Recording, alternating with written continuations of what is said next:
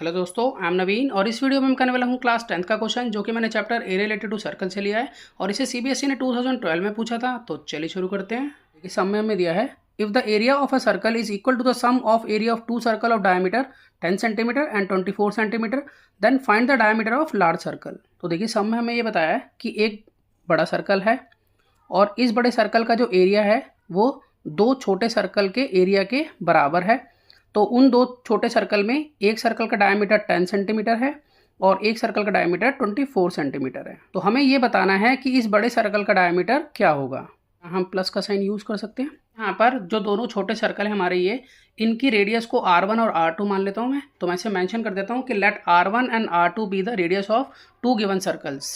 ये जैसा कि हम जानते हैं कि डायमीटर को हम 2R भी लिख सकते हैं। तो मैं यहाँ लिख सकता हूँ कि यहाँ पर हमें दिया है कि 2R1 यहाँ पर 10 के इक्वल है।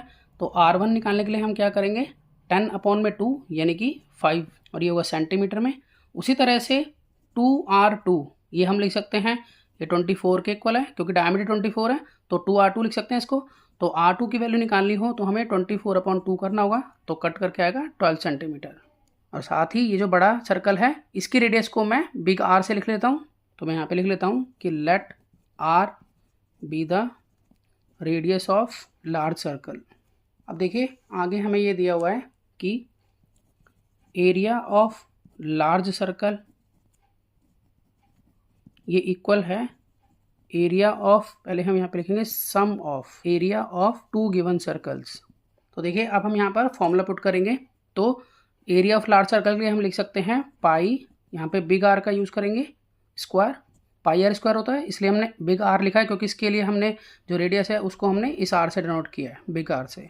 और यहाँ equal to area of two given circle में हम लिखेंगे pi R1 square plus pi R2 square. यहाँ पर हम लिखते हैं pi R square equal to, इन दोनों में से पाई कॉमन ले लेता हूँ मैं और यहाँ पर बच जाता है R1 का स्क्वायर प्लस R2 का स्क्वायर। अब हम यहाँ पर वैल्यूज पुट करेंगे, ठीक है।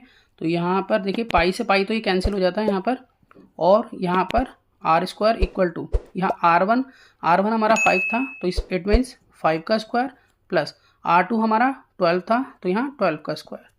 अब यहाँ पर 25 हो जाएगा 5 का स्क्वायर और 12 का स्क्वायर हो जाएगा 144। यहाँ पर है R स्क्वायर। अब अगर हम इन दोनों को जोड़ते हैं तो हमारे पास आता है 169। यहाँ पर है R स्क्वायर। अब यहाँ पर लिख सकते हैं इसको 13 का स्क्वायर, 69 13 का स्क्वायर होता है। और यहाँ पर है R स्क्वायर, तो इसको हम स्क्वायर से स्क्वायर कैंसिल करा सकते हैं। तो हमारे पास यहाँ R आ जाता है 13 के इक्वल यानी कि 13 सेंटीमीटर। तो सम में तो हमें बिग सर्कल का डायमीटर निकालना था, तो हम यहाँ पर डायमीटर का फॉर्मूला लगा लेंगे कि डायमीटर ऑफ लार्ज सर्कल होगा 2 × R। अब R की वैल्यू हमारे पास आ गई है 13, तो 2 × 13 यानी कि 26 सेंटीमीटर। आशा करता हूँ कि आपके सम समझ में आया होगा। इसी तरह के बहुत से सम क्लास 10th के लिए पहले से अपलोड हैं, आप उन्हें देख सकते हैं। तो मिलते हैं नेक्स्ट वीडियो में और नए सम के साथ, तब तक के लिए गुड बाय।